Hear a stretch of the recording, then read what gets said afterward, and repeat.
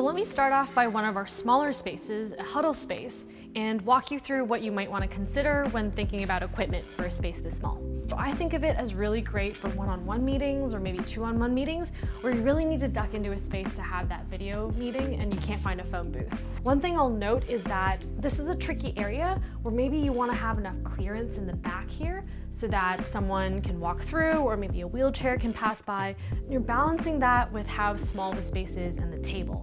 Now, I'll point you to the solutions we have in this room. So since this is a smaller room, you really want to think about that wider field of view. You don't need a ton of range when it comes to audio pickup or video pickup. And so we have Rally Bar Huddle, which is doing a great job of having that wider frame of view and capturing everything that you need in this smaller space. I wouldn't want to take this and put it up front because then I wouldn't have a lot of space on the sides. So it makes a lot more sense for the camera to be on the wider portion of the room and to have the table here. So you have a little more room to spread out. You even have room for like an ideation board at the back, a whiteboard, for example, or even a little credenza for storage for things like, snacks or drinks, etc. So we're seated here in this huddle space with our chairs kind of scooted close, getting a little snug. And I just want to point out that we oriented our chairs more on this side of the table because the camera has a specific field of view.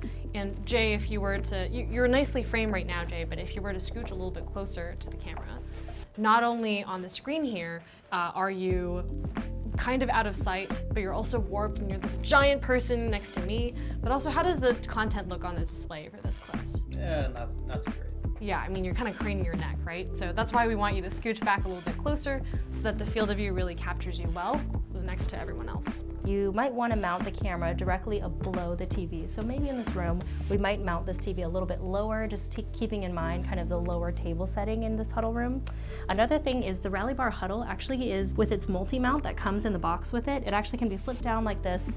I can access the cables. And so in terms of cable management, if you have your screen butted up against your Rally Bar Huddle, we're giving it a little bit of room so you can flip it up and down. It makes it a lot easier to cable these rooms, and that way you don't have to worry about cable management like this. So when you're kind of putting out a lot of huddle rooms, right, 80% of rooms globally are actually designed for about 6 people or less, kind of akin to this room. So that's a lot of rooms that you have to cable, right? So kind of thinking of these small considerations will save you a lot of time and implementation. And on top of that, we have a display. It's a very, very simple setup. And paired with that to deploy as a room solution, a touch controller so that you can have one touch to join meetings. And that was how you really think about deploying for video conferencing in a smaller huddle room. Really easy.